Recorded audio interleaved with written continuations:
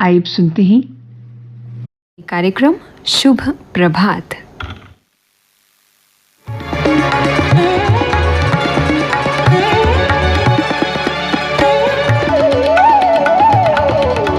नमस्कार, आप सुन रहे हैं आकाशवाणी जम्मू का ये प्राइमरी चैनल और मैं हूं आपके साथ आपका होस्ट संजीव। प्रोग्राम का नाम शुभ प्रभात। कैसे हैं आप? बिल्कुल ठीक हैं। जी हाँ, हम आपको सुनाई दे रहे हैं इस समय आकाशवाणी के primary channel medium wave 990 kilohertz और FM 100.3 मेगाहर्ट्ज़ पर एक साथ, और साथ ही में न्यूज़ ऑन AIR ऐप पर भी लाइव स्ट्रीमिंग के जरिए आप हमें सुन पा रहे हैं, और दूरदर्शन की फ्री डिश चैनल नंबर 43 पर भी हम सुने जा रहे हैं, और साथ ही में DRM ट्रांसमिशन के माध्यम से आप हमें सुन रहे हैं। वेलकम टू शुभ प्रभात। श्रोताओं, आज है 19 अप्रैल और 19 अप्रैल को वर्ल्ड लीवर डे मनाया जाता है। विश्व भर में लीवर को हेल्दी रखने और इससे संबंधित बीमारियों के प्रति जागरूकता फैलाने के लिए हम इस दिन को मनाते हैं। मानव शरीर में मस्तिष्क के बाद लीवर ही दूसरा सबसे बड़ा और सबसे महत्वपूर्ण अंग है। पाचन तंत्र को ठीक रखने में लीवर सबसे अहम भूमिका निभाता है। आप जो कुछ भी खाते हो या आपकी जो भी दिनचर्या है, उसका असर लीवर पर भी पड़ता है। इसलिए इस अंग की देखभाल करना बहुत ज़रूरी हो जाता है। जानते हैं कैसे हम लीवर को स्वस्थ रख सकते हैं? लीवर को स्वस्थ रखने के लिए अच्छे खान पान यानी हेल्दी डाइट की आदत को अपनी दिनचर्या में शामिल करें। हमारे खून में रासायनिक स्तर को नियंत्रित रखने के साथ पित्त के उत्सर्जन और भोजन के पाचन में लीवर की महत्वपूर्ण भूमिका होती है। इसके अलावा शरीर से टॉक्सिन्स को बाहर निकालने और खून को साफ करने में भी इस अंग का योगदान होता है। हमारी जीवन शैली और खान पान की गड़बड़ आदतें भी लीवर की सेहत को नुकसान पहुंचाती हैं, जिसके बारे में सभी लोगों को विशेष सावधानी बरतते रहने की आवश्यकता होती है। लीवर में होने वाली छोटी सी भी समस्या के कारण पूरे शरीर का स्वास्थ्य प्रभावित हो सकता है। स्वास्थ्य विशेषज्ञों के अनुसार आनुवंशिक कारकों के साथ आहार की अशुद्धि लीवर के रोगों का प्रमुख कारण मानी जाती है। शराब का सेवन और मोटापा जैसे कारक भी इस अंग की कार्यक्षमता को प्रभावित कर सकते हैं। लीवर की समस्याओं पर अगर समय रहते ध्यान नहीं दिया जाए तो ये लीवर सिरोसिस और गंभीर स्थितियों में लीवर फेलियर का कारण भी बन सकती है। विशेषज्ञ ये भी कहते हैं कि समय रहते लीवर की बीमारियों के संकेत की अगर पहचान कर ली जाए तो लीवर और जानलेवा समस्याओं के जोखिम से बचाव किया जा सकता है। हालांकि लीवर की बीमारियों में हर बार संकेत नजर नहीं आते हैं। कुछ सामान्य से बदलाव लीवर की समस्याओं की ओर इशारा हो सकते हैं। बार बार पीलिया की दिक्कत होना, अक्सर पेट में दर्द रहना और सूजन बना रहना, पेशाब के रंग में गाढ़ापन रहना, थकावट और कमजोरी की समस्या रहना, उल्टी या मितली की दिक्कत महसूस होते रहना, भूख न लगना या पाचन ठीक न रहना, ये इशारे हो सकते हैं कि लीवर में कुछ प्रॉब्लम है। एक्सपर्ट्स कहते हैं कि लीवर की बीमारी किसी को भी हो सकती है। हालांकि कुछ स्थितियां किसी को इन बीमारियों के प्रति अधिक संवेदनशील बना सकती हैं। जैसे अगर किसी का वजन सामान्य से अधिक है, जो लोग शराब ज़्यादा पीते हैं, टाइप 2 डायबिटीज़ के शिकार या लाइफस्टाइल संबंधी समस्याएं लीवर के जोखिम को बढ़ा सकती हैं। विशेषज्ञ कहते हैं कि लीवर की बीमारियों से बचाव के लिए कुछ उपाय जो हैं बहुत कारगर सिद्ध हो सकते हैं। विशेष रूप से स्वस्थ आहार और जीवन शैली आपको कई तरह की बीमारियों के जोखिम से बचा सकती है। सभी लोगों को कुछ बातों का विशेष ध्यान रखना चाहिए। शराब से लीवर को सबसे ज़्यादा नुकसान होता है, इससे बचाव करना चाहिए। ट्रांस फैट या हाई फ्रुक्टोज वाले खाद्य और पेय पदार्थों से बचना चाहिए। ओवर द काउंटर दवाओं का सेवन नहीं करें। डॉक्टर द्वारा लिखी गई दवाई का ही इस्तेमाल करें। नियमित व्यायाम करना लीवर को स्वस्थ रखने में सहायक है। रेड मीट का सेवन कम से कम करना चाहिए, इससे लीवर को नुकसान हो सकता है। तो आज लीवर को स्वस्थ रखने के लिए कुछ बातें हमने की शेयर आपके साथ, और अच्छे खान पान हेल्दी डाइट की आदत को अपनी दिनचर्या में जरूर शामिल करें। साबुत अनाज, ताजे फल, सब्जियां, ओट्स और ब्राउन राइस का सेवन आपके लीवर को स्वस्थ रखेगा।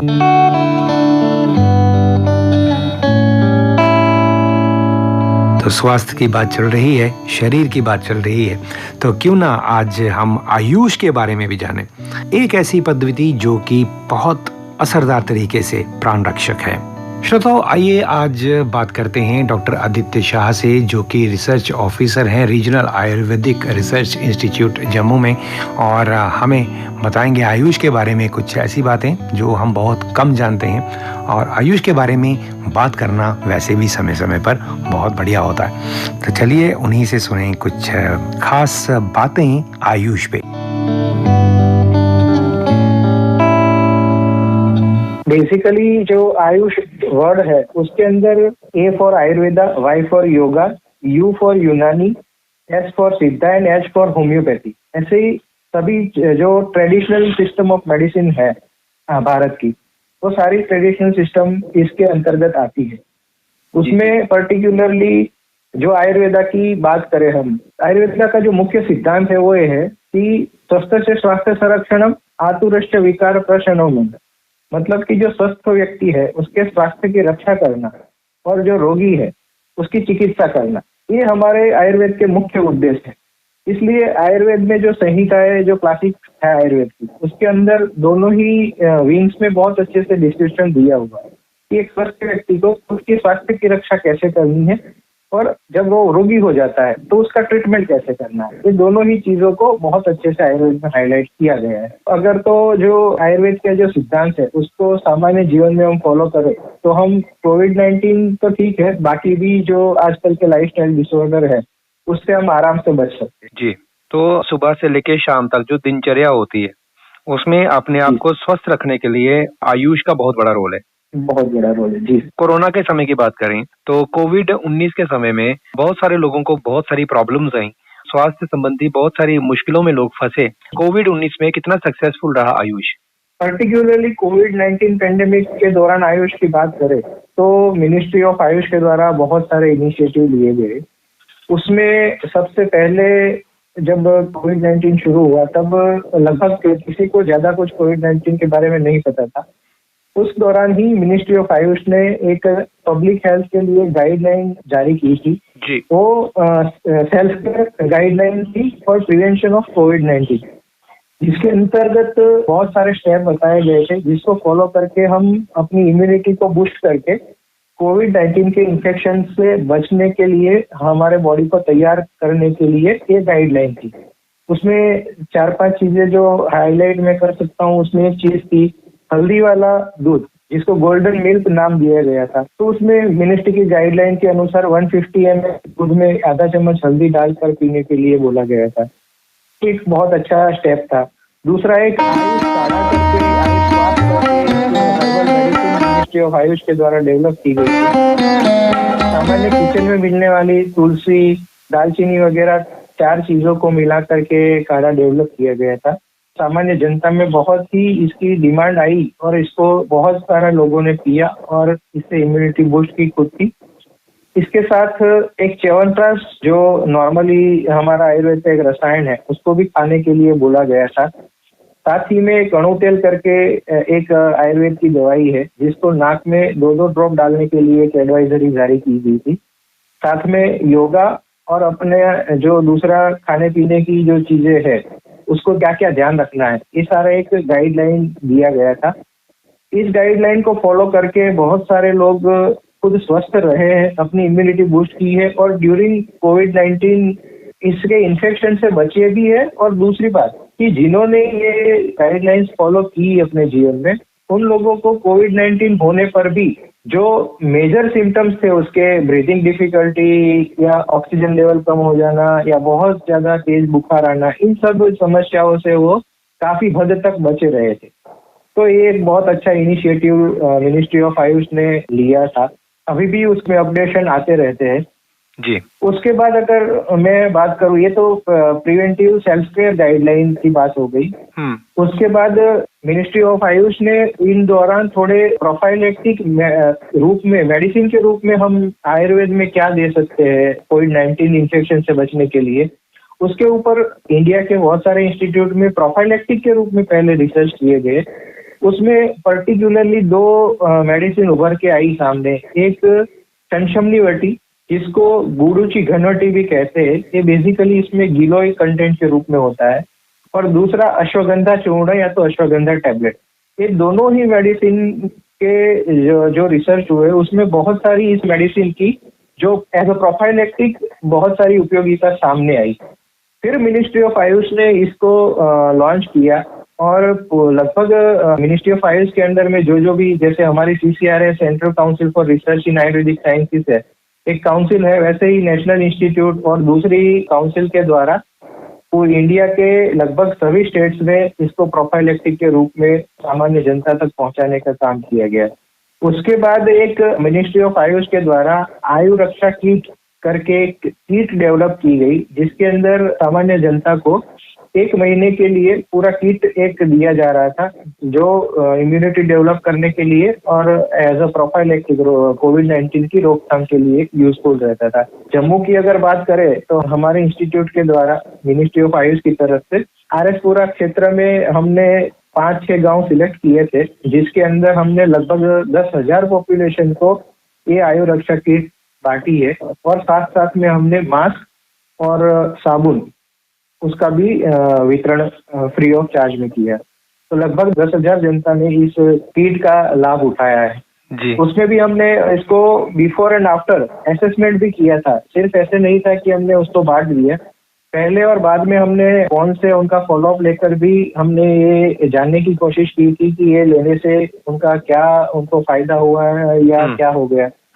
तो उसमें भी हमें जो इनिशियल रिजल्ट मिले हैं वो ऐसे मिले हैं कि ये जो जिन्होंने इनका सेवन किया उनको या तो इन्फेक्शन बहुत कम हुआ, उनके फैमिली मेंबर्स या जिन्होंने नहीं लिया था आसपास में ऐसे लोगों के मुकाबले, और उनको हुआ भी तो उनके जो सिम्टम्स थे वो बहुत माइल्ड हुए और हॉस्पिटलाइजेशन की जरूरत नहीं पड़ी या तो कम समय में वो ठीक हो गए। तो ऐसे एक प्रोफाइलेक्टिक के रूप में भी मिनिस्ट्री ऑफ आयुष ने आयु रक्षा किट के रूप में एक प्रोफाइलेक्टिक मेडिसिन बांटने का काम। उसके बाद अगर मैं बात करूं तो ट्रीटमेंट की बात आती है कि इन बिटवीन तब तक जो कोविड-19 के जो पॉजिटिव पेशेंट थे उनके ऊपर इंडिया के कुछ इंस्टीट्यूट्स में आयुर्वेदा मेडिसिन के द्वारा रिसर्च किया गया और उसमें एक चीज उभर कर सामने आई। एक मेडिसिन आयु 64 नाम की मेडिसिन जो है वो बेसिकली मिनिस्ट्री ऑफ आयुष ने किसी और पर्पज से बनाई थी, लेकिन ये इसका सेम ऐसे फ्लू लाइक जो सिम्टम्स थे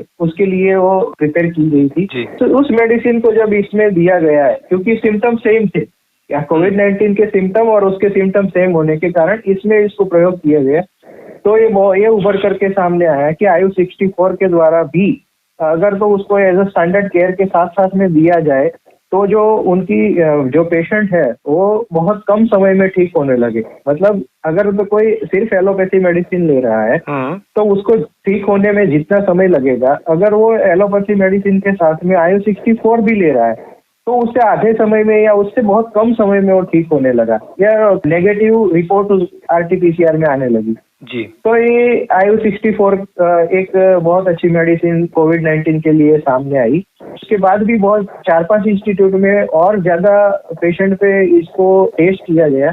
उसके बाद नेशनल वाइड कैंपेन शुरू किया गया मिनिस्ट्री ऑफ आयुष के द्वारा। उसमें 2 चीजें, एक आयु 64 और एक कबासुरा कुडीनीर करके सिद्धा की मेडिसिन है। ये दोनों मेडिसिन को लोगों को प्रोवाइड करवाया गया जो कोविड-19 पॉजिटिव पेशेंट थे। एक्चुअली ये टास्क हमारे रीजनल आयुर्वेदा रिसर्च इंस्टीट्यूट को भी जम्मू में अभी हमको भी मिला था ये डिस्ट्रीब्यूशन करने के लिए।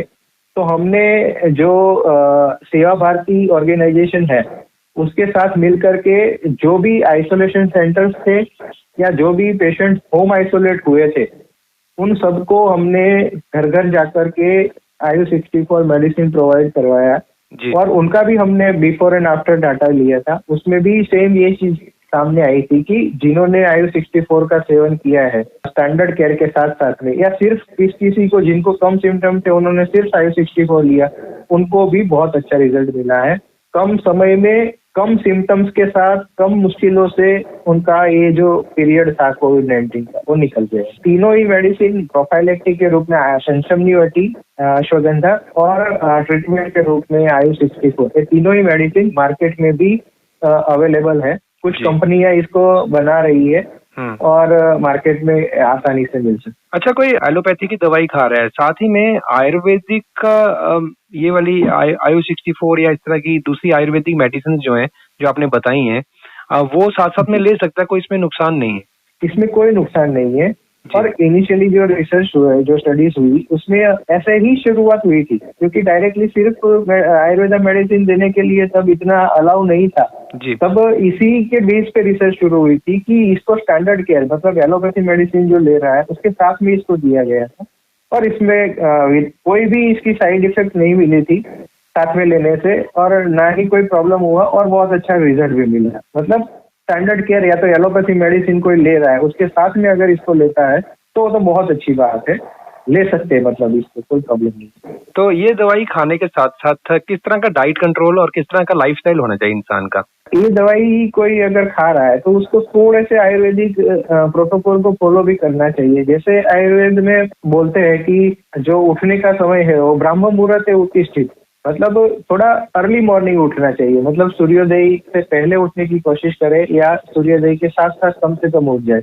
मतलब बहुत लेट उठने की हैबिट नहीं रखनी चाहिए, क्योंकि इससे क्या होता है कि हमारा जो अग्नि है, जो डाइजेस्टिव फायर जिसको बोलते हैं, वो हैम्पर होता है, और वो हैम्पर होने पर जो भी हमें डिजीज होता है उसकी ताकत है वो बढ़ जाती है। इसलिए सुबह अर्ली मॉर्निंग उठना चाहिए। उसके साथ साथ मिनिस्ट्री ने एक योगा का प्रोटोकॉल भी जारी किया है, जो कॉमन योगा प्रोटोकॉल है पर्टिकुलरली कोविड-19 से बचने के लिए, उस योगा प्रोटोकॉल को फॉलो करना चाहिए। उसके द्वारा आधा घंटा या 45 मिनट तक थोड़ा एक्सरसाइज, ये योगा वगैरह करना है। उसके बाद गर्म पानी से नहाकर ब्रेकफास्ट लेना चाहिए। उसके बाद अपनी जो नॉर्मल गतिविधि है उन सबको फॉलो करना है। उसके बाद आप 1-1:30 बजे के आसपास लंच जरूर लेना है, मतलब जब भूख लगी है और जब खाने का समय उसी समय पे खाना है। ऐसा नहीं करना है कि लेट फूड हैबिट, 1 बजे भूख लग रही है और आप 2:30 बजे खाना खा रहे हो, 3 बजे खाना खा रहे हो, 4 बजे खाना खा रहे हो, या बहुत जल्दी खा रहे हो। ऐसे करने से भी अपनी इम्यूनिटी कम होती है। दूसरा, काफी लोगों को दिन में सोने की आदत होती है, तो खाने दोपहर का लंच करने के बाद लोग 1-2 घंटा 3 घंटा रेस्ट करते हैं या सो जाते हैं। वो चीज गलत है, उसको चेंज करना चाहिए कि लंच करने के बाद का जो समय है उसमें भी आप नॉर्मल अपनी रूटीन एक्टिविटी करते रहो। अगर थक गए हो आप ज्यादा तो आप रेस्ट कर सकते हो, आराम चेयर पे बैठ सकते हो, आराम से लेट भी सकते हो, लेकिन सोना नहीं। वैसे ही आप इवनिंग टाइम में अपना 7 या 8 साढ़े 8-9 बजे तक आप अपना डिनर करके 10 बजे तक सोना है और सुबह जल्दी उठना है। अपनी नींद जो है वो भी प्रॉपर लेनी चाहिए जी। ये सारी चीजों को साथ में फॉलो करना चाहिए। मतलब बेसिकली अग्नि का कंसेप्ट है आयुर्वेद के द्वारा कि अपना जो डाइजेस्टिव फायर है, अग्नि को आप ठीक रखोगे ये सही एक्टिविटीज करने से, तो रोग की जो शक्ति है उसको वो कम हो जाएगी, और जो आपकी जो शरीर की शक्ति है, इम्यूनिटी, वो बढ़ जाएगी। बहुत बहुत शुक्रिया डॉक्टर आदित्य शाह, आपने हमें जानकारी दी आज आयुष पे शुभ प्रभात में।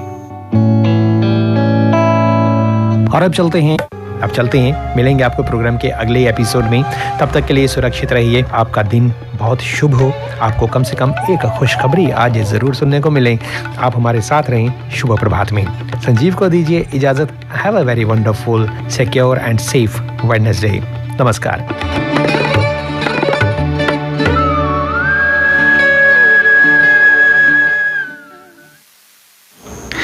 अभी आप सुन रहे थे कार्यक्रम शुभ प्रभात। प्रस्तुति थी संजीव शर्मा की।